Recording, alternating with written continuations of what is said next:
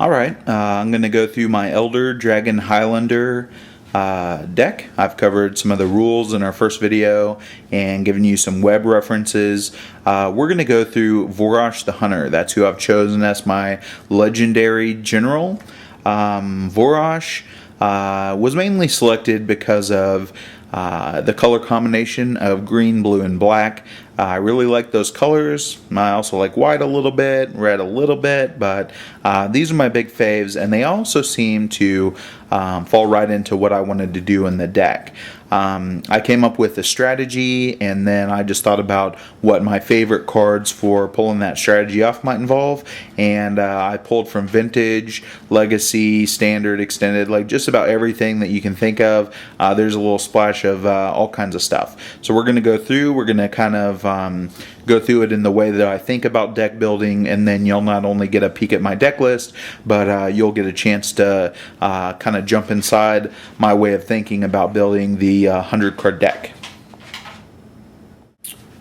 Our first part we're going to start with is how to make a really stable land base. We are using green, blue, and black. And aside from achieving everything I want to in those colors, I always have a few utility staples. One of the primary things I like to play with is Maze of Ith. It's going to save you some general damage in the game. It can totally take away some of the aggro generals out there, take some of the sting out of the big hits, and it just might save your life. The next land we're going to talk about in the utility lands is Reliquary Tower. Reliquary Tower is an excellent EDH card. It takes away your maximum hand size, and you're pretty much left with the ability, if you're drawing lots of cards, to save up and really dominate your opponents. In green, blue, and black, it's always helpful to have access to swamps. So Urborg is a legendary land, and this Tomb of Yawgmoth is going to let us turn everything on the board into swamps. It has its benefits. The only drawbacks are it's a legendary land, and if somebody else plays it, they can blow them both up. Another staple in EDH is Temple of the False God. Temple of the False God allows you, when you hit your 5th land, to start generating 2 colorless mana. So it's going to go into our ramp strategy a little bit.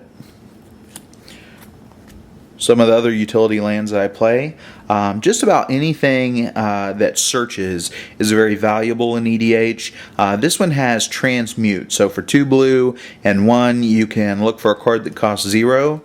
That'll get you into any other land that you need if you're looking for a specific land. It'll also get you into some of your utility 0 cost artifacts, and it can go and search for Pact to Negation in this deck.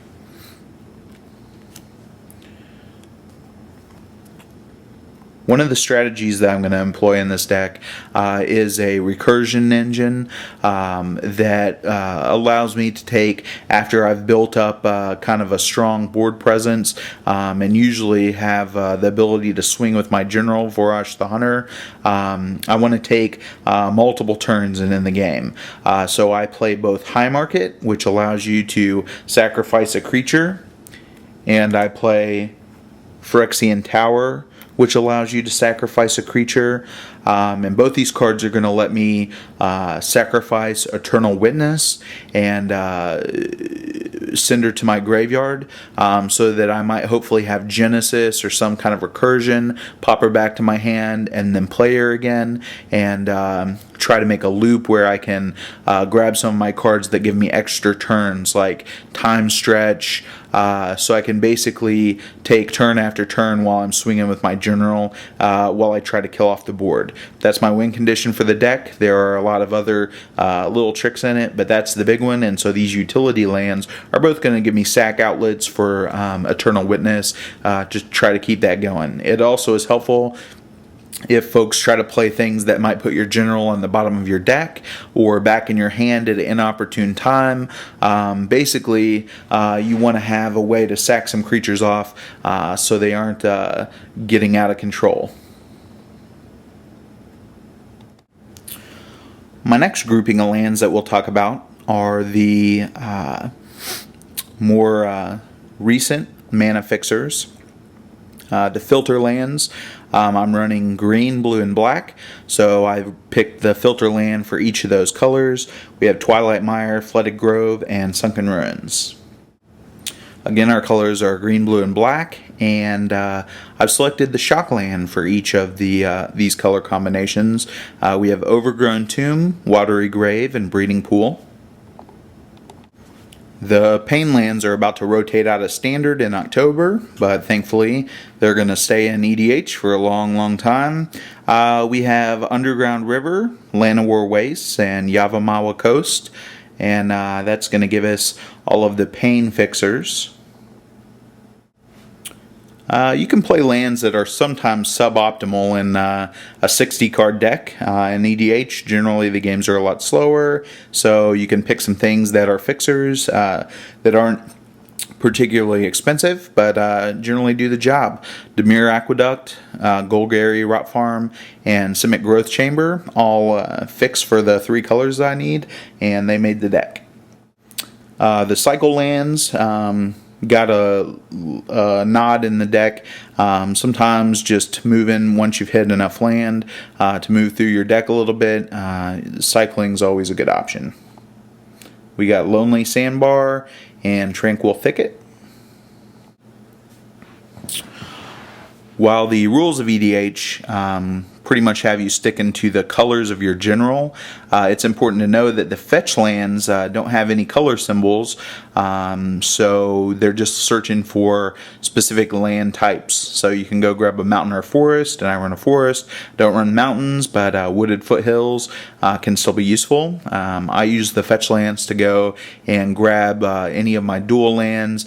If you have a swamp forest and you need some extra black and you think you might need green in the future, it's a really nice way to go grab the shock lands. So I recommend the fetch lands in just about every deck. To round off my land base, I play 3 of each of the basic land types of my general's color. So I have 3 forest, 3 island, and 3 swamp.